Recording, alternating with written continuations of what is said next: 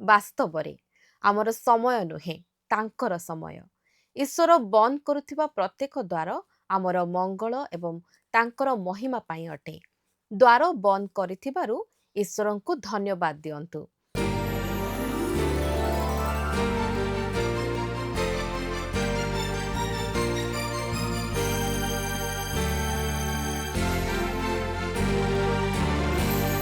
প্রিয় দর্শক বন্ধু নমস্କାର। ଆଜିର ଆଶାଭରା ନାରୀ କାର୍ଯ୍ୟକ୍ରମକୁ ଆପଣଙ୍କୁ ସ୍ୱାଗତ କରୁଅଛି। ଆଶା କରୁ ଆପଣ ଏହି କାର୍ଯ୍ୟକ୍ରମ ଦ୍ୱାରା ନିଶ୍ଚୟ ଉପକୃତ ହେଉଥିବେ ଓ ଆତ୍ମିକ ଜୀବନରେ ବୃଦ୍ଧି ପାଉଥିବେ। ଆପଣଙ୍କ ମନରେ ଯଦି କିଛି ପ୍ରଶ୍ନ ଅବା ପ୍ରାର୍ଥନା ଅନୁରୋଧ ଥାଏ ଲେଖି ଜଣାଇଲେ ଆମେ ଖୁସି ହେବୁ। ଆଜି ଆମେ ବିଶେଷ ଆନନ୍ଦିତ ଯେ ଆଉ ଏକ ନୂଆ କାର୍ଯ୍ୟକ୍ରମ ନେଇ ଆପଣଙ୍କ ନିକଟକୁ ଆସିବାର ସୁଯୋଗ ପାଇଛୁ। ଆପଣ ନିୟମିତ ଏହି କାର୍ଯ୍ୟକ୍ରମ ଦେଖି ଆସୁଥିବାରୁ ଆମେ ବିଶେଷ ଆନନ୍ଦିତ। ପ୍ରଭୁ ଆପଣଙ୍କୁ ଆଶୀର୍ବାଦ କରନ୍ତୁ। ଆମେ ନିଶ୍ଚିତ ଯେ ଆପଣ ଆପଣଙ୍କ ପରିବାର ସହିତ ଭଲରେ ଥିବେ। ଆଜି ଆମେ ଆଉ ଏକ ନୂଆ ପ୍ରସଙ୍ଗ ଉପରେ ଆଲୋଚନା କରିବା। ଆପଣ ଜାଣନ୍ତି, ଆମେ ସାଧାରଣତଃ ପଚାରିଥାଉ ଈଶ୍ୱର ପ୍ରକୃତରେ ଆମର ଦୈନନ୍ଦିନ ଜୀବନରେ ଆମକୁ କିପରି ମାର୍ଗଦର୍ଶନ କରନ୍ତି। କେବଳ ବଡ଼ ନିଷ୍ପତ୍ତି ଗୁଡ଼ିକରେ ନୁହେଁ, ବରଂ ଆମର ସାଧାରଣ ନିଷ୍ପତ୍ତିରେ ମଧ୍ୟ, ଆମର ଅପେକ୍ଷାର ସମୟରେ ଏବଂ ଆମର ନିରାଶା ମଧ୍ୟରେ। ଆମେ ଜାଣୁ ଯେ ଈଶ୍ୱର ବିଭିନ୍ନ ମାଧ୍ୟମରେ କଥା କହନ୍ତି, ତାଙ୍କ ବାକ୍ୟ ମାଧ୍ୟମରେ, ପ୍ରାର୍ଥନା ମାଧ୍ୟମରେ, ଅନ୍ୟମାନଙ୍କ ଦ୍ୱାରା, ସ୍ୱପ୍ନ ଓ ଦର୍ଶନ ମାଧ୍ୟମରେ ଏବଂ ଆମ ଭିତରେ ଥିବା ଏକ ଶାନ୍ତ ସୂକ୍ଷ୍ମ ସ୍ୱର ମାଧ୍ୟମରେ ମଧ୍ୟ କଥା କହିଥାନ୍ତି। ଈଶ୍ୱର କିପରି ଆମ ଜୀବନରେ କଥା କହନ୍ତି ସେ ବିଷୟରେ ଆମେ ଆଲୋଚନା କରିବା। ଆଜି ଆମ ସହିତ ଅଛନ୍ତି ଭଉଣୀ ବିନ୍ଦୁ। ଭଉଣୀ ବିନ୍ଦୁ, ଆପଣଙ୍କୁ କାର୍ଯ୍ୟକ୍ରମକୁ ସ୍ୱାଗତ କରୁଛି। ଏଲେନ୍ ଦିଦି ନମସ୍କାର। ନମସ୍କାର। ଏହି କାର୍ଯ୍ୟକ୍ରମରେ ଯୋଗ ଦେବା ନିମନ୍ତେ ମୋତେ ସୁଯୋଗ ଦେଇଥିବାରୁ ଧନ୍ୟବାଦ। ଆଜି ଯେଉଁ ବିଷୟ ଉପରେ ଆଲୋଚନା କରିବାକୁ ଯିବା ତାହା ଅତି ମନୋହର। ଆମ ଈଶ୍ୱର ଆମ ସହିତ କଥା କହିବା ବିଷୟରେ ଆଲୋଚନା କରୁଛୁ, କିନ୍ତୁ ଆଉ ଏକ ସାଧାରଣ ଉପାୟ ମଧ୍ୟ ଅଛି ଯାହାକୁ ଈଶ୍ୱର ଆମ ସହ କଥା ହେବା ପାଇଁ ବ୍ୟବହାର କରନ୍ତି। ତାହା ହେଉଛି ଖୋଲା ଏବଂ ବନ୍ଦ ଦ୍ୱାର। କେତେବେଳେ ଈଶ୍ୱର ଗୋଟିଏ ଦ୍ୱାର ଖୋଲି ଦିଅନ୍ତି ଏବଂ ସବୁ କିଛି ନିଜ ସ୍ଥାନରେ ଠିକ୍ ହୋଇଯାଏ। ସେଠାରେ ଶାନ୍ତି ଶୃଙ୍ଖଳିତ ଭାବେ ଆଗକୁ ବଢ଼ିବାର ମାର୍ଗ ମିଳିଯାଏ। ଖୋଲା ଦ୍ୱାରକୁ ସବୁବେଳେ ସ୍ୱାଗତ ଯୋଗ୍ୟ, କିନ୍ତୁ ସେହି ବନ୍ଦ ଦ୍ୱାର ଗୁଡ଼ିକ ମଧ୍ୟ ଅଛି, ଯେଉଁଗୁଡ଼ିକ ଆମେ ଯେତେ ଚେଷ୍ଟା କଲେ ମଧ୍ୟ ଖୋଲେ ନାହିଁ। ସେଗୁଡ଼ିକ ପ୍ରତ୍ୟାଖ୍ୟାନ, ବିଳମ୍ବ କିମ୍ବା ଦଣ୍ଡ ଦେଲା ପରି ମନେ ହୋଇପାରେ। କିନ୍ତୁ ସାଧାରଣତଃ ବନ୍ଦ ଦ୍ୱାର ଗୁଡ଼ିକ ଆମକୁ ରକ୍ଷା କରିଥାନ୍ତି। ସେଗୁଡ଼ିକ ଗୋଟେ ପ୍ରକାରର ମାର୍ଗ ପରିବର୍ତ୍ତନ ନିମନ୍ତେ ନିର୍ଦ୍ଦେଶ ଦିଏ। କେତେବେଳେ ବନ୍ଦ ଦ୍ୱାର ଦେଇ ଈଶ୍ୱର ଆମକୁ ଧୈର୍ଯ୍ୟ ଏବଂ ବିଶ୍ୱାସ ଶିଖାଇଥାନ୍ତି। ବନ୍ଦ ଦ୍ୱାରର ଅର୍ଥ ଏହା ନୁହେଁ ଯେ ଈଶ୍ୱର ଆମକୁ ଛାଡ଼ି ଚାଲି ଯାଇଛନ୍ତି, ବରଂ ଏହା ପ୍ରମାଣ କରେ ଯେ ସେ ଆମ ଜୀବନରେ ସକ୍ରିୟ ଭାବରେ ଜଡ଼ିତ ଅଛନ୍ତି। ମନେ ମନେ କଳ୍ପନା କରନ୍ତୁ, ଆମେ ଅନେକ ଦ୍ୱାର ଥିବା ଏକ ଲମ୍ବା ବରଣ୍ଡା ଦେଇ ଚାଲୁଛୁ। କିଛି ଦ୍ୱାର ସାମାନ୍ୟ ଠେଲି ଦେଲେ ଖୋଲି ଯାଉଛି, କିନ୍ତୁ ଆଉ କିଛି ଦ୍ୱାର ଆମେ ଯେତେ ଚେଷ୍ଟା କଲେ ମଧ୍ୟ ସେମିତି ଦୃଢ଼ ଭାବରେ ବନ୍ଦ ରହିଥାଏ। ପ୍ରଥମେ ସେ ବନ୍ଦ ଦ୍ୱାର ଗୁଡ଼ିକ ଆମକୁ ଆଘାତ ଦେଲା ପରି ଲାଗେ, ଯେମିତି ଆମେ କିଛି ଭୁଲ କରିଛୁ। କିନ୍ତୁ ଆମେ ଆଗକୁ ଚାଲିବା ସହିତ ଗୋଟିଏ ମନୋହର ବିଷୟ ଲକ୍ଷ୍ୟ କରୁ। ଯେଉଁ ଦ୍ୱାର ଗୁଡ଼ିକ ବନ୍ଦ ରହେ ସେଗୁଡ଼ିକ ଚୁପଚାପ ଆମକୁ ସେହି ମାର୍ଗକୁ ଯିବାରୁ ଅଟକାଇଥାଏ ଯେଉଁଠାକୁ ଆମର ଯିବାର ନଥିଲା। ଈଶ୍ୱର ବେଳେ ବେଳେ ଏମିତି ହିଁ କଥା କହନ୍ତି। ଏକ ଖୋଲା ଦ୍ୱାର ହେଉଛି ତାଙ୍କର ନିମନ୍ତ୍ରଣ ଆମ ପ୍ରତି।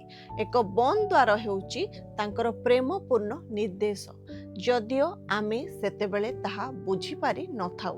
ପ୍ରକାଶିତ ବାକ୍ୟ 3 ପର୍ବ 7 ପଦରେ ସ୍ପଷ୍ଟ ଭାବରେ କୁହାଯାଇଛି, ଯେ ଫିଟାଇଲେ କେହି ବନ୍ଦ କରିନପାରେ, ଆଉ ବନ୍ଦ କଲେ କେହି ଫିଟାଇ ନପାରେ। ଈଶ୍ୱର ହିଁ ଆମର ଦ୍ୱାରପାଳକ। ଚାଲନ୍ତୁ ବ୍ୟବହାରିକ ଭାବେ ଚିନ୍ତା କରିବା। ଆମ ଭିତରୁ କେହି କେହି ବର୍ତ୍ତମାନ ବନ୍ଦ ଦ୍ୱାର ସାମ୍ନାରେ ଠିଆ ହୋଇଥିବା ପରି ଅନୁଭବ କରୁଛନ୍ତି। ସ୍ୱାସ୍ଥ୍ୟର ଦ୍ୱାର, ଭବିଷ୍ୟତର ଦ୍ୱାର କିମ୍ବା ସମ୍ପର୍କର ଦ୍ୱାର। କିନ୍ତୁ ଏଠାରେ ସୁସମ୍ବାଦ ହେଲା, ବନ୍ଦ ଦ୍ୱାର ଗୁଡ଼ିକ ସ୍ଥାୟୀ ନୁହେଁ। ଭୟ ଆମର ଭବିଷ୍ୟତକୁ ନିୟନ୍ତ୍ରଣ କରେ ନାହିଁ। ଶତ୍ରୁ ଆମର ସୁଯୋଗ ନିର୍ଦ୍ଧାରଣ କରେ ନାହିଁ, ଆମର ପରମେଶ୍ୱର କରନ୍ତି। ଚାଲନ୍ତୁ ଯୋହନ 20 ପର୍ବ ଉପରେ ଦୃଷ୍ଟି ଦେବା।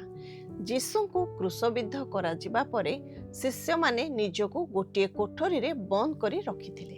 ଭୟଭୀତ, ବିଚଳିତ ଏବଂ ନିଜକୁ ସୁରକ୍ଷିତ ରଖିବାକୁ ଚେଷ୍ଟା କରୁଥିଲେ। କବାଟ ଭଲ ଭାବରେ ବନ୍ଦ ଥିଲା, ତଥାପି ଯୀଶୁ କୋଠରୀରେ ଆସି ପହଞ୍ଚିଲେ। ତାଙ୍କୁ କବାଟ ବାଡ଼େଇବାକୁ ପଡ଼ିନଥିଲା, ତାଙ୍କୁ କୌଣସି ଅନୁମତିର ଆବଶ୍ୟକ ନଥିଲା। ସେ ଭିତରେ ପ୍ରବେଶ କଲେ। ସେହି ମୁହୂର୍ତ୍ତ ଆମକୁ ମନେ ପକାଇ ଦିଏ ଯେ କୌଣସି ବନ୍ଦ ଦ୍ୱାର ଈଶ୍ୱରଙ୍କ ଯୋଜନାକୁ ଅଟକାଇ ପାରିବ ନାହିଁ। ଲୋକମାନେ ଆମ ପାଇଁ ଦ୍ୱାର ବନ୍ଦ କରିବାକୁ ଚେଷ୍ଟା କରିପାରନ୍ତି। ଆମର ଅତୀତରେ ହୁଏତ କିଛି ଦ୍ୱାର ବନ୍ଦ କରିଦେଇଥିବା ପରି ମନେ ହୋଇପାରେ।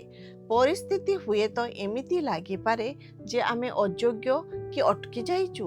କିନ୍ତୁ ଏଠାରେ ସୁସମ୍ବାଦ ହେଲା, ଈଶ୍ୱର ସବୁବେଳେ ଦ୍ୱାର ଖୋଲନ୍ତି ନାହିଁ। କେତେବେଳେ ସେ ଦ୍ୱାର ମଧ୍ୟ ଦେଇ ହିଁ ପଶି ଆସନ୍ତି। ଯାହା ଆମକୁ ସୀମିତ କରେ ତାହା ତାଙ୍କୁ ସୀମିତ କରିପାରେ ନାହିଁ। ସେଥିପାଇଁ ଈଶ୍ୱରଙ୍କର ଧନ୍ୟବାଦ ହେଉ। ଆମ ଭିତରୁ କେହି କେହି କି ଆମର ପ୍ରିୟଜନମାନେ ଏମିତି ଡାକ୍ତରୀ ରିପୋର୍ଟ ପାଇଛନ୍ତି ଯେଉଁଥିରେ ଡାକ୍ତର କହିଦେଇଛନ୍ତି ଆମେ ଆଉ କିଛି କରିପାରିବୁ ନାହିଁ। ଏହା ଶେଷ ନିଷ୍ପତ୍ତି ପରି ଲାଗେ, ଯେମିତି ଦ୍ୱାର କେବଳ ବନ୍ଦ ହୋଇନାହିଁ ବରଂ ସ୍ଥାୟୀ ଭାବରେ ବନ୍ଦ ହୋଇଯାଇଛି। କିନ୍ତୁ ବାଇବଲ କ'ଣ କହେ? ଈଶ୍ୱରଙ୍କ ଠାରେ ସବୁ କିଛି ସମ୍ଭବ। ଯେତେବେଳେ ଈଶ୍ୱରଙ୍କ ଶକ୍ତି ବିଷୟରେ ଚିନ୍ତା କରୁ, ସେତେବେଳେ ଅସାଧାରଣ, ଅଲୌକିକ କିମ୍ବା ଈଶ୍ୱର ଯେ ସୁସ୍ଥତା ଦେଇପାରିବେ ସେ ଆଶା ରଖନ୍ତୁ। ହୁଏତ ଏହା ଆମର ସ୍ୱପ୍ନର ଦ୍ୱାର, ଏକ ନିର୍ଦ୍ଦିଷ୍ଟ କଲେଜ କିମ୍ବା ଚାକିରି, ଜୀବନସାଥୀ କିମ୍ବା ସନ୍ତାନ ନ ହେବାର ସମସ୍ୟା ହୋଇପାରେ। ଆମ ଜୀବନର ପ୍ରତ୍ୟେକ ପରିସ୍ଥିତି ଚିତ୍କାର କରି କହେ, ବହୁତ ବିଳମ୍ବ ହୋଇଗଲାଣି, ସେହି ଦ୍ୱାର ବନ୍ଦ ଅଛି। କିନ୍ତୁ ବ୍ୟସ୍ତ ହେବା ପରିବର୍ତ୍ତେ ଆମେ କେବଳ ହସିପାରିବା ଏବଂ କହିପାରିବା, ହେ ପିତା, ଦ୍ୱାର ମଧ୍ୟ ଦେଇ ଆସିଥିବାରୁ ଆପଣଙ୍କୁ ଧନ୍ୟବାଦ। ଯେତେବେଳେ ଆମକୁ କୌଣସି ବାଟ ଦେଖାଯାଏ ନାହିଁ, ସେତେବେଳେ ବାଟ ତିଆରି କରିଥିବାରୁ ଧନ୍ୟବାଦ। ଆପଣ ଆମ ପାଇଁ ଯେଉଁ ଯୋଜନା କରିଛନ୍ତି ତାହା ବନ୍ଦ ଦ୍ୱାରଗୁଡ଼ିକ ଅଟକାଇ ପାରିବ ନାହିଁ। ସେଥିପାଇଁ ଧନ୍ୟବାଦ। ଯଦି ଈଶ୍ୱର ଭଲରେ ବନ୍ଦ ଥିବା ଦ୍ୱାରଗୁଡ଼ିକୁ ଖୋଲି ଦିଅନ୍ତି, ତେବେ ଆଶ୍ଚର୍ଯ୍ୟ ହୁଅନ୍ତୁ ନାହିଁ, କାରଣ ସେ ଯାହା ସମ୍ଭବ ତାହା ଦେଖନ୍ତି, ଯାହା ଆମେ ଦେଖିପାରୁନାହୁଁ। ସେ ସେହି ବୀଜକୁ ଦେଖନ୍ତି ଯାହାକୁ ଆମେ ହୁଏତ ଅଣଦେଖା କରିଦେଇଥାଉ। ସେ ଆମ ପାଇଁ ଏମିତି ସୁଯୋଗ ଆଣିଦେବେ ଯାହାକୁ ଆମେ ଅସମ୍ଭବ ବୋଲି ଭାବୁଥିଲୁ। ଆମ ଭିତରୁ କେହି କେହି ଭାବୁଥିବେ, ମୋର ବୟସ ଏବେ ବହୁତ ହୋଇଗଲାଣି, ବ୍ୟବସାୟ ଆରମ୍ଭ କରିବା ପାଇଁ ବହୁତ ବିଳମ୍ବ ହୋଇଗଲାଣି, ମୁଁ କେବେ ଏମିତି ଘରେ ରହିପାରିବି ନାହିଁ, ମୁଁ କେବେ ସୁସ୍ଥ ହେବି ନାହିଁ, ମୁଁ ଏହା ସହିତ ବଞ୍ଚିବା ଶିଖିଗଲିଣି। ଆମେ ହୁଏତ ନିଜ ପାଇଁ ଦ୍ୱାର ବନ୍ଦ କରିଦେଇପାରୁ, କିନ୍ତୁ ଈଶ୍ୱର ତାହାକୁ ଆମ ବିରୁଦ୍ଧରେ ବ୍ୟବହାର କରନ୍ତି ନାହିଁ। ସେ ସେହି ବନ୍ଦ ଦ୍ୱାର ଦେଇ ଆସିବାକୁ ଚାହୁଁଛନ୍ତି ଏବଂ ଆମ କଳ୍ପନା ବାହାରେ କିଛି ଭଲ କରିବାକୁ ଯାଉଛନ୍ତି। ଆପଣ ଜାଣନ୍ତି, ପଛକୁ ଚାହିଁଲେ ମୁଁ ଅନୁଭବ କରୁଛି, ଯାହାକୁ ମୁଁ ଦିନେ ଭୁଲ ପଦକ୍ଷେପ ବୋଲି ଭାବୁଥିଲି ତାହା ପ୍ରକୃତରେ ପ୍ରସ୍ତୁତି କରିବାର ବିଷୟ ଥିଲା। ସେଗୁଡ଼ିକ ମୋତେ କିଛି ମହାନ ବିଷୟ ପାଇଁ ପ୍ରସ୍ତୁତ କରୁଥିଲେ। କିଛି ବର୍ଷ ପୂର୍ବେ ଆମ ମଣ୍ଡଳୀର ଜଣେ ବ୍ୟକ୍ତି ନିଶ୍ଚିତ ଥିଲେ ଯେ ଈଶ୍ୱର ତାଙ୍କୁ ଏକ ନୂଆ ସମୟ ମଧ୍ୟକୁ ଆହ୍ୱାନ କରୁଛନ୍ତି। ସେ ଏକ ଚାକିରି ପାଇଁ ଆବେଦନ କଲେ। ସେହି ଚାକିରି ପାଇଁ ଅଧିକ ଯୋଗ୍ୟତା ସମ୍ପନ୍ନ ଥିଲେ। ତାଙ୍କ ଶିକ୍ଷାଗତ ଯୋଗ୍ୟତା ଭଲ ଥିଲା। ସେ ଏଥିପାଇଁ ପ୍ରାର୍ଥନା କଲେ, ଉପବାସ କଲେ ଏବଂ ବିଶ୍ୱାସ କଲେ ଯେ ଏହା ସେହି ଦ୍ୱାର ଯାହାକୁ ଈଶ୍ୱର ଖୋଲୁଛନ୍ତି। କିନ୍ତୁ ଅଗ୍ରାହ୍ୟ କରାଯାଇଥିବା ଇମେଲ ଆସିଲା। ଥରେ ନୁହେଁ, 2 ଥର। ତାପରେ ଅନ୍ୟ କମ୍ପାନୀରୁ ତୃତୀୟ ଥର ଅଗ୍ରାହ୍ୟ ପତ୍ର ଆସିଲା। ପ୍ରତ୍ୟେକ ବନ୍ଦ ଦ୍ୱାର ପୂର୍ବ ଅପେକ୍ଷା ଅଧିକ ବନ୍ଦ ଥିବା ପରି ମନେ ହେଉଥିଲା। ସେ ଭାବିବାକୁ ଲାଗିଲେ, ହେ ଈଶ୍ୱର, ମୁଁ କ'ଣ ଆପଣଙ୍କ କଥା ଭୁଲ ଶୁଣିଲି? ସେ ଜାଣିନଥିଲେ ଯେ ପରଦା ପଛରେ ସେହି କମ୍ପାନୀଗୁଡ଼ିକ ମଧ୍ୟରୁ ଗୋଟିଏ କମ୍ପାନୀ ତାଙ୍କୁ ମନୋନୀତ କରିଥିଲେ। ଏକ ନୂତନ ବିଭାଗ ଗଠନ କରାଯାଉଥିଲା, ଯାହା ସେ ପ୍ରଥମେ ଆବେଦନ କରିବା ସମୟରେ ନଥିଲା। ମାସେ ପରେ ସେହି ନିଯୁକ୍ତି ପରିଚାଳକ ତାଙ୍କୁ ପୁଣି ଡାକିଲେ। ସେହି ପଦବୀ ପାଇଁ ନୁହେଁ, ବରଂ ଭଲ ଦରମା, ଭଲ ସମୟ ଏବଂ ଅଧିକ ପ୍ରଭାବ ଥିବା ଏକ ଉଚ୍ଚ ପଦବୀ ପାଇଁ ଯାହା ସେ ପୂର୍ବରୁ କେବେ ପାଇନଥାନ୍ତେ। ପରିଚାଳକ ଜଣକ ଏକ ଆଶ୍ଚର୍ଯ୍ୟ କଥା କହିଲେ, ଯଦି ଆପଣଙ୍କୁ ପୂର୍ବରୁ ନିଯୁକ୍ତି ଦିଆଯାଇଥାନ୍ତା ତେବେ ଆପଣ ପୁରୁଣା ଢାଞ୍ଚାରେ ଅଟକି ଯାଇଥାନ୍ତେ। ଆମକୁ ଅପେକ୍ଷା କରିବାକୁ ପଡ଼ିଲା। ଯାହା ପ୍ରତ୍ୟାଖ୍ୟାନ ପରି ମନେ ହେଉଥିଲା ତାହା ପ୍ରକୃତରେ ସୁରକ୍ଷା ଥିଲା। ଯାହା ବିଳମ୍ବ ପରି ମନେ ହେଉଥିଲା ତାହା ଐଶ୍ୱର୍ଯ୍ୟ ସମୟ ଥିଲା। ସେ ଚାହୁଁଥିବା ସମୟରେ ଦ୍ୱାର ଖୋଲିଲା ନାହିଁ, କିନ୍ତୁ ଏହା ସେତେବେଳେ ଖୋଲିଲା ଯେତେବେଳେ ଈଶ୍ୱରଙ୍କ ସମୟ ଓ ଉଦ୍ଦେଶ୍ୟ ପୂରଣ କରୁଥିଲା। ପଛକୁ ଚାହିଁ ସେ କହିଲେ, ଯଦିଓ ମୁଁ ଈଶ୍ୱରଙ୍କ ନିକଟରେ ପ୍ରାର୍ଥନା କରିବା ସମୟରେ ସେ ସେହି ଦ୍ୱାର ଖୋଲି ଦେଇଥାନ୍ତେ, ତେବେ ସେ ମୋ ପାଇଁ ଯାହା ଯୋଜନା କରିଥିଲେ ମୁଁ ତାହା ହରାଇଥାନ୍ତି। ଈଶ୍ୱର ଏମିତି ହିଁ କାର୍ଯ୍ୟ କରନ୍ତି। ଯେତେବେଳେ ସେ ଦ୍ୱାର ବନ୍ଦ ରଖନ୍ତି, ଏହାର ଅର୍ଥ ନୁହଁ ଯେ ସେ ନା କହୁଛନ୍ତି, ବରଂ ସେ କହୁଛନ୍ତି ଅପେକ୍ଷା କର, ଆହୁରି ଅଧିକ ଭଲ ବିଷୟ ଆସୁଛି।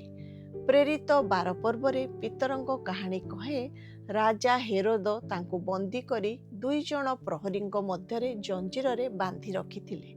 ଯୋଜନା ଥିଲା ପରଦିନ ତାଙ୍କର ବିଚାର କରାଯିବ। ଏହି ସମୟରେ ବିଶ୍ୱାସୀମାନେ ମରିୟମଙ୍କ ଘରେ ଏକାଠି ହୋଇ ସାରା ରାତି ପ୍ରାର୍ଥନା କଲେ। ହେରୋଦ ପିତରଙ୍କୁ ଜଗିବା ପାଇଁ ଅଧିକ 16 ଜଣ ସୈନିକ ନିଯୁକ୍ତ କରିଥିଲେ। କିନ୍ତୁ ପିତର ଶୋଇଥିବା ସମୟରେ ଏକ ସ୍ୱର୍ଗଦୂତ ଆସି ଠିଆ ହେଲେ ଓ କହିଲେ, କଟି ବାନ୍ଧ, ଚାଦର ପକାଅ, ବାହାର, ଆମେ ଯିବା। ହେରୋଦ ଈଶ୍ୱରଙ୍କୁ ସାଧାରଣ ମନେ କରିଥିଲେ।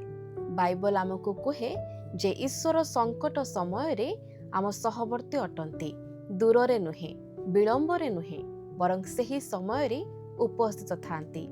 ତେଣୁ ଈଶ୍ୱର ଏକ ସ୍ୱର୍ଗଦୂତ ପଠାଇ ପିତରଙ୍କୁ ମୁକ୍ତ କଲେ। ପିତର ଭାବିଲେ ସେ ସ୍ୱପ୍ନ ଦେଖୁଛନ୍ତି। ସେ ଠିଆ ହେଲେ ଏବଂ ତାଙ୍କ ହାତରୁ ଜଞ୍ଜିର ସବୁ ଆପେ ଆପେ ଖସି ପଡ଼ିଲା। କୌଣସି ଚାବି ନାହିଁ, କୌଣସି କାଟିବା ସରଞ୍ଜାମ ନାହିଁ। ଅଲୌକିକ ଭାବେ ମୁକ୍ତି ମିଳିଗଲା। 18 ଜଣ ପ୍ରହରୀ ଜଗି ରହିଥିଲେ। କେହି ମଧ୍ୟ ଦେଖିପାରିଲେ ନାହିଁ, କେବଳ ଈଶ୍ୱର ହିଁ ଏହା କରିପାରିବେ। ପିତର ସ୍ୱର୍ଗଦୂତଙ୍କ ପଛେ ପଛେ ଜଣକ ପରେ ଜଣେ ପ୍ରହରୀଙ୍କୁ ଅତିକ୍ରମ କରି ବଡ଼ ଲୁହା ଦ୍ୱାର ପାଖରେ ପହଞ୍ଚିଲେ ଏବଂ ବାଇବଲ କହେ ଯେ ଫାଟକଟି ନିଜେ ଖୋଲିଗଲା ଏବଂ ପିତର ସିଧା ମରିୟମଙ୍କ ଘରକୁ ଯାଇ କବାଟ ମାରିଲେ।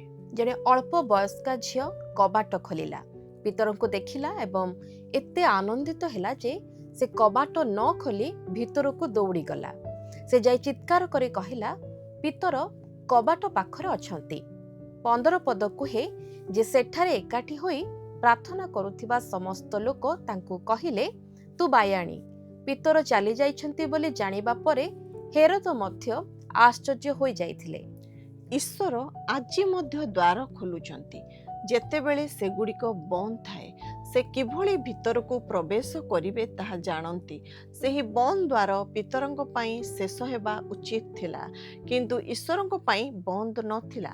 ସତ କହିବାକୁ ଗଲେ ଆମ ଭିତରୁ କେହି କେହି ଏମିତି କାହାଣୀ ଜାଣିଛନ୍ତି।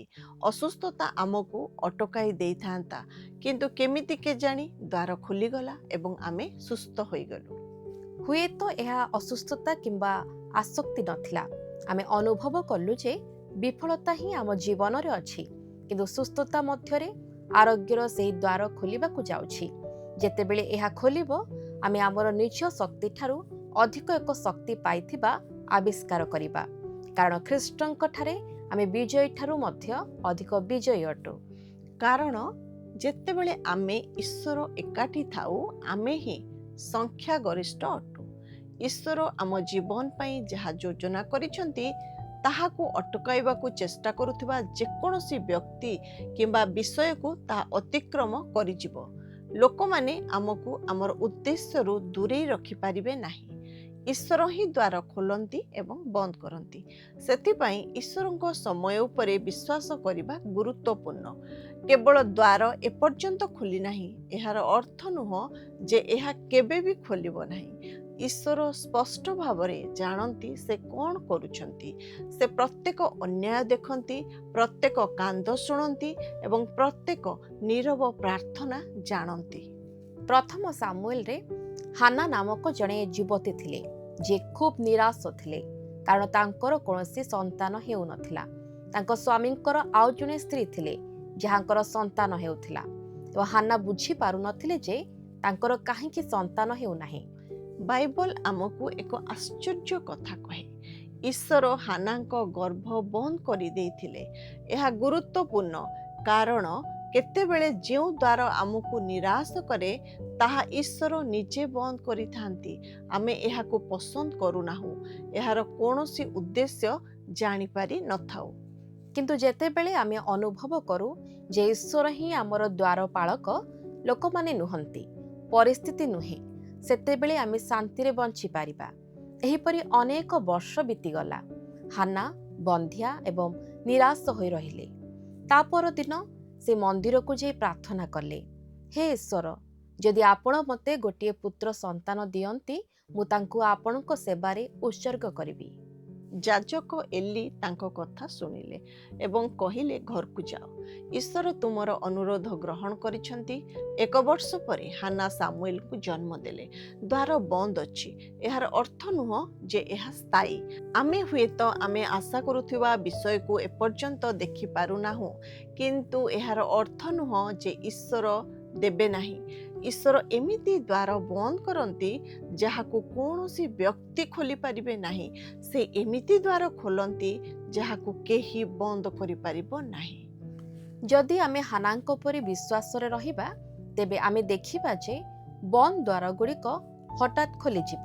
ଆମ ପରିସ୍ଥିତିକୁ ନିଜ ହିସାବରେ ବଦଳାଇବାକୁ ପଡ଼ିବ ନାହିଁ। ଈଶ୍ୱର ବନ୍ଦ କରିଥିବା ଦ୍ୱାରକୁ ଆମେ ଜୋର ଜବରଦସ୍ତ ଖୋଲିପାରିବା ନାହିଁ। ଆମର କାମ ପ୍ରାର୍ଥନା କରିବା, ବିଶ୍ୱାସ କରିବା ଏବଂ ଈଶ୍ୱରଙ୍କ ଉପରେ ଭରସା ରଖିବା। ଈଶ୍ୱର ଦ୍ୱାର ଖୋଲିବେ କି ନାହିଁ ତାହା ପ୍ରଶ୍ନ ନୁହେଁ। ପ୍ରଶ୍ନ ହେଉଛି ସେ କେଉଁ ଦ୍ୱାର ଖୋଲୁଛନ୍ତି ଏବଂ ଆମେ ସେଥିରେ ଚାଲିବାକୁ ପ୍ରସ୍ତୁତ କି ନାହିଁ। ଏଠାରେ ଏକ ଗୁରୁତ୍ୱପୂର୍ଣ୍ଣ ହେଲା, ଈଶ୍ୱରଙ୍କ ମାର୍ଗ ଆମ ମାର୍ଗ ନୁହେଁ। ସେ ଯେଉଁ ଦ୍ୱାର ଖୋଲନ୍ତି ସେଗୁଡ଼ିକ ଆମକୁ ଶେଷ ଗନ୍ତବ୍ୟ ସ୍ଥଳକୁ ନେଇଯିବା ବାଟରେ କିଛି ବିଶ୍ରାମ ସ୍ଥଳ ସଦୃଶ। ଏ ବିଷୟରେ ଚିନ୍ତା କରନ୍ତୁ।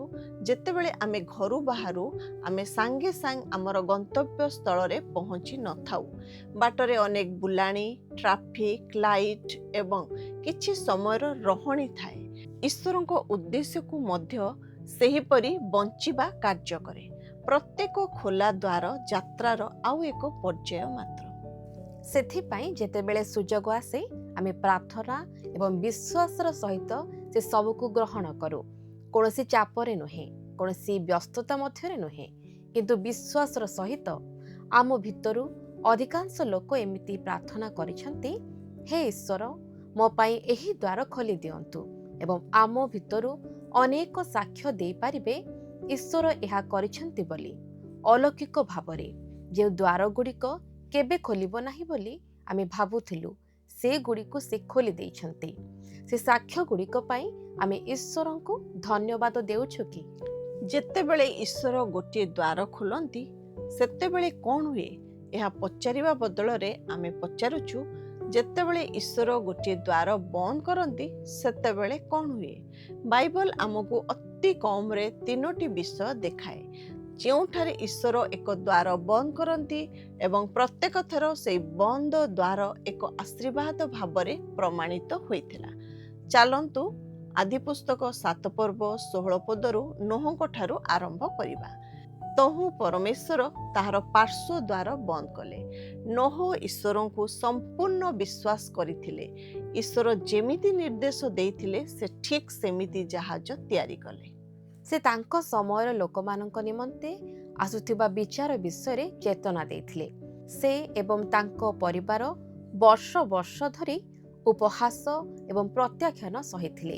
କିନ୍ତୁ ଗୋଟିଏ ବିଷୟ ଥିଲା ଯାହା ନୋହ କରିନଥିଲେ, ସେ କବାଟ ବନ୍ଦ କରିନଥିଲେ। ବାଇବଲ କୁହେ, ପ୍ରଭୁ ସେମାନଙ୍କୁ ଭିତରେ ବନ୍ଦ କରିଦେଲେ।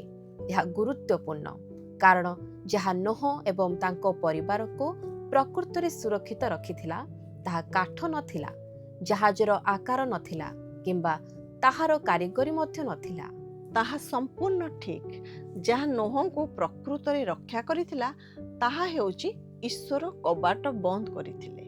କେତେବେଳେ ଏକ ବନ୍ଦ ଦ୍ୱାର ହେଉଛି ଈଶ୍ୱର ଆମକୁ ବିପଦରୁ ରକ୍ଷା କରିବାର ଉପାୟ, ଯାହା ଆମେ ଏପର୍ଯ୍ୟନ୍ତ ଦେଖିପାରୁନାହୁଁ। ଆମେ ଏହାକୁ ମିଶରର ଶେଷ ମହାମାରୀ ସମୟରେ ପୁଣି ଦେଖୁ। ଯାତ୍ରା ପୁସ୍ତକ 11 ପର୍ବ 7 ପଦ କହେ ଯେ ଇସ୍ରାଏଲୀ ମାନଙ୍କ ବିରୁଦ୍ଧରେ ଗୋଟିଏ କୁକୁର ମଧ୍ୟ ଭୁକି ନଥିଲା। ଈଶ୍ୱର ମିଶରୀୟ ଏବଂ ଇସ୍ରାଏଲ ମଧ୍ୟରେ ଏକ ପାର୍ଥକ୍ୟ ସୃଷ୍ଟି କରିଥିଲେ। ମରୁଭୂମିରେ ଇସ୍ରାଏଲକୁ କ'ଣ ସୁରକ୍ଷିତ ରଖିଥିଲା? ଦିନରେ ମେଘସ୍ତମ୍ଭ ଏବଂ ରାତିରେ ଅଗ୍ନିସ୍ତମ୍ଭ। ଉଭୟ ଈଶ୍ୱରଙ୍କ ସାର୍ବଭୌମ ଉପସ୍ଥିତିର ପ୍ରତୀକ ଥିଲେ। ତାହା ହେଉଛି ଐଶ୍ୱର୍ଯ୍ୟ ସୁରକ୍ଷା। ଈଶ୍ୱର ନିଜ ଲୋକମାନଙ୍କୁ ସୁରକ୍ଷିତ ରଖିବା ପାଇଁ ଦ୍ୱାର ବନ୍ଦ କରୁଛନ୍ତି। ଏବେ ଚାଲନ୍ତୁ ନୂତନ ନିୟମକୁ ଯିବା। ପାଉଲଙ୍କ ଦ୍ୱିତୀୟ ମିଶନାରୀ ଯାତ୍ରା। ପ୍ରେରିତ 16 ପର୍ବରେ ଆମକୁ କୁହେ ପାଉଲ ଏସିଆରେ ପ୍ରଚାର କରିବାକୁ ଚାହୁଁଥିଲେ, କିନ୍ତୁ ବାଇବଲ କୁହେ ପବିତ୍ର ଆତ୍ମା ତାଙ୍କୁ ଅଟକାଇଲେ। ତାପରେ ସେ ବିଥୁନିଆକୁ ଯିବାକୁ ଚେଷ୍ଟା କଲେ ଏବଂ ପୁଣି ଥରେ ଯୀଶୁଙ୍କ ଆତ୍ମା ତାଙ୍କୁ ଅନୁମତି ଦେଲେ ନାହିଁ। ଏହା ଆକର୍ଷଣୀୟ, କାରଣ ଆମେ ସାଧାରଣତଃ ବାଧାବିଘ୍ନ ପାଇଁ ଶତ୍ରୁକୁ ଦୋଷ ଦେଇଥାଉ, କିନ୍ତୁ ଏଠାରେ ଏହା ଈଶ୍ୱରଙ୍କ ନିର୍ଦ୍ଦେଶ ଥିଲା। ଈଶ୍ୱର ଦ୍ୱାର ବନ୍ଦ କରିଥିଲେ। ପାଉଲ ଭୁଲ ଥିଲେ ବୋଲି ନୁହେଁ, ବରଂ ସମୟ ଠିକ ନଥିଲା। ପାଉଲ ପ୍ରାୟ 50 ଖ୍ରୀଷ୍ଟାବ୍ଦରେ ଏସିଆ ଯିବାକୁ ଚାହୁଁଥିଲେ। ଈଶ୍ୱର ପ୍ରାୟ 2 ବର୍ଷ ପରେ ସେହି ଦ୍ୱାର ଖୋଲିଲେ। ଯେତେବେଳେ ସେ ଖୋଲିଲେ ତାହା ଏଫିସରେ ଥିଲା।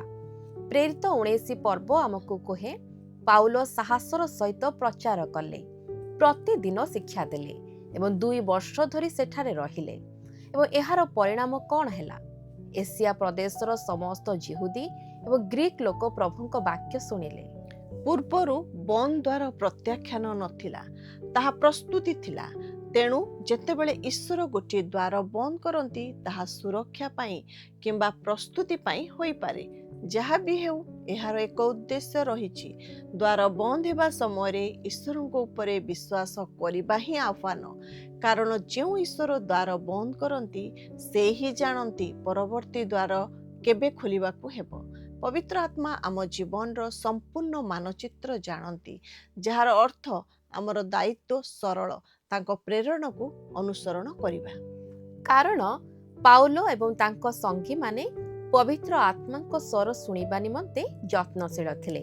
ସେମାନେ ଶେଷରେ ୟୁରୋପକୁ ସୁସମାଚାର ନେଇଗଲେ। ଗୋଟିଏ ସ୍ଥାନର ଦ୍ୱାର ବନ୍ଦ ହେଲା, କିନ୍ତୁ ଅନ୍ୟ ଏକ ସ୍ଥାନରେ ଏକ ବଡ଼ ଦ୍ୱାର ଖୋଲିଗଲା। ବର୍ଷ ବର୍ଷ ପରେ ଆମେ ପିତରଙ୍କୁ ସେଠାକାର ବିଶ୍ୱାସୀମାନଙ୍କୁ ଲେଖୁଥିବା ଦେଖୁ। ପ୍ରଥମ ପିତର 1 ପର୍ବ 1 ପଦରେ ଲେଖା ଅଛି, ପିତର ଯୀଶୁଖ୍ରୀଷ୍ଟଙ୍କର ଜଣେ ପ୍ରେରିତ ପନ୍ଥ, ଗାଲାତିଆ, କାପାଦୋକିଆ, ଆସିଆ ଓ ବିଥୁନିଆରେ ଛିନ୍ନ ଭିନ୍ନ ଯେଉଁ ପ୍ରବାସୀମାନେ ପିତା ଈଶ୍ୱରଙ୍କ ପୂର୍ବ ଜ୍ଞାନ ଅନୁସାରେ ଆତ୍ମାଙ୍କ ଦ୍ୱାରା ପବିତ୍ରୀକୃତ ହୋଇ ଆଜ୍ଞାବହ ପୁଣି ଯୀଶୁଖ୍ରୀଷ୍ଟଙ୍କର ରକ୍ତରେ ସିଞ୍ଚିତ ହେବା ନିମନ୍ତେ ମନୋନୀତ ହୋଇଅଛନ୍ତି, ସେମାନଙ୍କ ନିକଟକୁ ପତ୍ର ଲେଖୁଅଛି। ଆମେ ଜାଣିନାହୁଁ କିଏ ବିଥୁନିଆକୁ ସୁସମାଚାର ନେଇଥିଲା, କିନ୍ତୁ ଆମେ ଏତିକି ଜାଣୁ, ଆମେ ଚାହୁଁଥିବା କାମ ଅନ୍ୟ କାହା ପାଇଁ ଉଦ୍ଦିଷ୍ଟ ଥାଏ। ଉପଦେଶକ 3 ପର୍ବ 11 ପଦ ଆମକୁ ମନେ ପକାଇ ଦିଏ, ସେ ପ୍ରତ୍ୟେକ ବିଷୟକୁ ତାହାର ସମୟରେ ଶୋଭିତ କରିଅଛନ୍ତି। ବାସ୍ତବରେ ଆମର ସମୟ ନୁହେଁ, ତାଙ୍କର ସମୟ। ଈଶ୍ୱର ବନ୍ଦ କରୁଥିବା ପ୍ରତ୍ୟେକ ଦ୍ୱାର ଆମର ମଙ୍ଗଳ ଏବଂ ତାଙ୍କର ମହିମା ପାଇଁ ଅଟେ। ଦ୍ୱାର ବନ୍ଦ କରିଥିବାରୁ ଈଶ୍ୱରଙ୍କୁ ଧନ୍ୟବାଦ ଦିଅନ୍ତୁ। ଯଦିଓ ପ୍ରତ୍ୟେକ ବନ୍ଦ ଦ୍ୱାର ସିଧାସଳଖ ଏକ ଭଲ ସୁଯୋଗକୁ ନେଇ ନଥାଏ, ଆମେ ସବୁବେଳେ ଈଶ୍ୱରଙ୍କ ଯୋଜନା ଉପରେ ବିଶ୍ୱାସ କରିପାରିବା। ଦିନେ ଆମେ ପଛକୁ ଚାହିଁବା ଏବଂ ଦେଖିବା ଯେ ଈଶ୍ୱରଙ୍କ ହାତ କାର୍ଯ୍ୟ କରୁଥିଲା ଦ୍ୱନ୍ଦ୍ୱ ମଧ୍ୟରେ, ଏପରିକି ବନ୍ଦ ଦ୍ୱାରଗୁଡ଼ିକ ମଧ୍ୟରେ।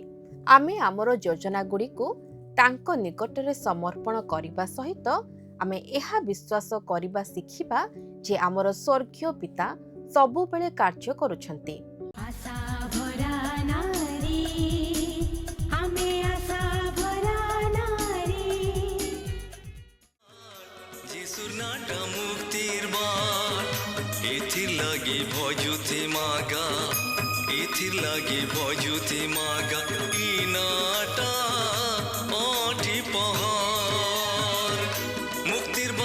মুক্তির बाट যিশুর নাটা মুক্তির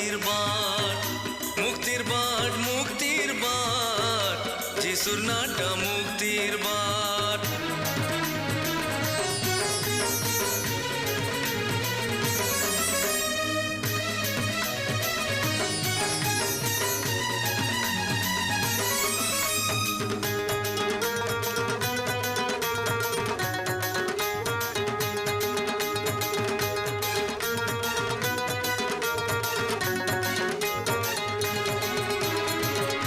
গড়ি চলছে দিন দিন, মাস মাস, বছর বছর, ইথি সেথি ঘাঁটি হেউছে মনটা আমার।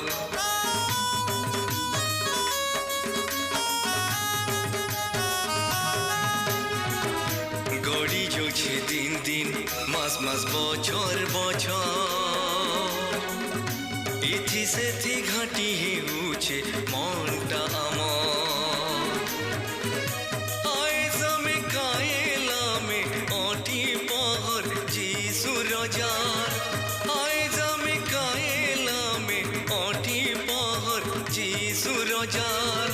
বজতে মা যিশুর নাটা, জীবন যাকর, জীবন যাকর, মুক্তির বাট, মুক্তির বাট, যিশুর নাটা মুক্তির বাট, মুক্তির বাট, মুক্তির বাট, যিশুর নাটা মুক্তির বাট।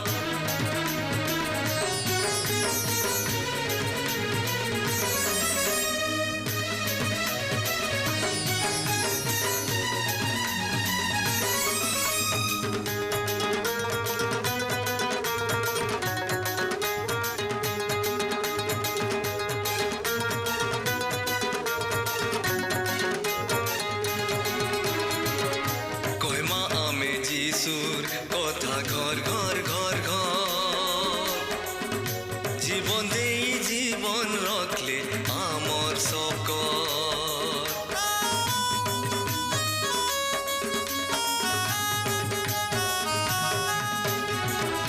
কয়মা আমে যিশুর কথা ঘর ঘর ঘর ঘর, জীবন দেই জীবন রাখলে আমার সকর। আয়েজ আমি কায়েলামে অটি। ଆସନ୍ତୁ ପ୍ରାର୍ଥନା କରିବା। ପ୍ରିୟ ପ୍ରେମିକ ଅତ୍ୟନ୍ତ ଦୟାଳୁ ପ୍ରଭୁ, ଆଜି ଏକ ନୂତନ ଶିକ୍ଷା ଆମମାନଙ୍କୁ ପ୍ରଦାନ କରିଥିବାରୁ ମୋର ପବିତ୍ର ନାମକୁ ଧନ୍ୟବାଦ ଦେଉଛୁ। ଯେଭଳି ଭାବରେ ଏ ଶିକ୍ଷା ଆମ ନିମନ୍ତେ ଉପଯୁକ୍ତ ହୋଇପାରିବ, ତେବେ ସେହିପରି ଆମ ପ୍ରତ୍ୟେକ ଜଣଙ୍କ ନିମନ୍ତେ ଯାହା ବୁଝିପାରିବୁ ଏବଂ ହୃଦୟରେ ପ୍ରଭୁ ସଞ୍ଚୟ କରିପାରିବୁ ଏବଂ କର୍ମକାରୀ ଭାବରେ କାର୍ଯ୍ୟ କରିପାରିବୁ, ସେଭଳି ପ୍ରତ୍ୟେକ ଜଣଙ୍କୁ ତୁମେ ସହାୟ ହୁଅ। ହଁ ପ୍ରଭୁ, ଯେଉଁ ନିମନ୍ତେ ପ୍ରଭୁ ଏକ ଉତ୍ତମ ଦ୍ୱାର ଆମମାନଙ୍କ ନିମନ୍ତେ ରଖିଅଛନ୍ତି, ତା ଯେଭଳି ଭାବରେ ଆମେ ନିଜକୁ ପ୍ରଭୁ ପ୍ରସ୍ତୁତ ଭାବରେ ଜୀବନ କାଟିପାରିବୁ, ତୁମେ ସେହିପରି ଆମ ନିମନ୍ତେ ଯାହା ତୁମର ଯୋଜନା ଅଛି ତାହା ତୁମେ ପ୍ରଦାନ କର। ପ୍ରିୟ ପ୍ରେମିକ ଈଶ୍ୱର, ପ୍ରାର୍ଥନାକୁ ଶୁଣିଅଛ ଏବଂ ଉତ୍ତରକୁ ଦେଇଅଛ ବୋଲି ବିଶ୍ୱାସ କରି ପ୍ରଭୁ ଯୀଶୁଖ୍ରୀଷ୍ଟଙ୍କ ନାମରେ ମାଗୁଅଛି, ଆମେନ୍। ପ୍ରିୟ ଦର୍ଶକ ବନ୍ଧୁ, ବର୍ତ୍ତମାନ ତ ଆମ ସମୟ ଶେଷ ହୋଇଗଲାଣି। ଆଶା କରୁ ଆପଣଙ୍କୁ ନିଶ୍ଚୟ ଭଲ ଲାଗିଥିବ। ହଁ, ଆମକୁ ଆପଣଙ୍କ ଜୀବନର ଅନୁଭୂତି ଜଣାଇବାକୁ ଭୁଲିବେ ନାହିଁ। ଟିଭି ସ୍କ୍ରିନ୍ରେ ଦିଆଯାଇଥିବା ଠିକଣା ଓ ଫୋନ୍ ନମ୍ବରରେ ନିଶ୍ଚୟ ଆମ ସହ ଯୋଗାଯୋଗ କରିବେ। ପୁଣି ଆମକୁ 0444908197ରେ ମିସ୍ଡ କଲ୍ କରିବାକୁ ଭୁଲିବେ ନାହିଁ। ସପ୍ତାହ ଶେଷରେ ଅଧିକ ମିସ୍ଡ କଲ୍ ଦେଇଥିବା ଦର୍ଶକ ବନ୍ଧୁଙ୍କୁ ପୁରସ୍କୃତ କରାଯିବ। ଆଉ ଏକ ନୂଆ କାର୍ଯ୍ୟକ୍ରମ ନେଇ ଆପଣଙ୍କ ନିକଟକୁ ଆସିବ। ସେ ସମୟ ପର୍ଯ୍ୟନ୍ତ ଆମକୁ ବିଦାୟ ଦିଅନ୍ତୁ। ସୁସ୍ଥ ରୁହନ୍ତୁ ଓ ଭଲରେ ରୁହନ୍ତୁ। ରହିଲୁ, ନମସ୍କାର। ଆଜିର ପ୍ରଶ୍ନଟି ହେଲା, ନହଙ୍କ ଜାହାଜର ଦ୍ୱାର କିଏ ବନ୍ଦ କରିଥିଲେ? ଏ ନହ, ବି ପରମେଶ୍ୱର, ସି ସେମ୍, ଡି ହାମ୍। ଗତ ସପ୍ତାହର ବିଜୟ ଦର୍ଶକ ବନ୍ଧୁ ହେଲେ ଗଞ୍ଜାମରୁ ନୀଲୁ ସ୍ୱାଇଁ ଓ ପରିବାର।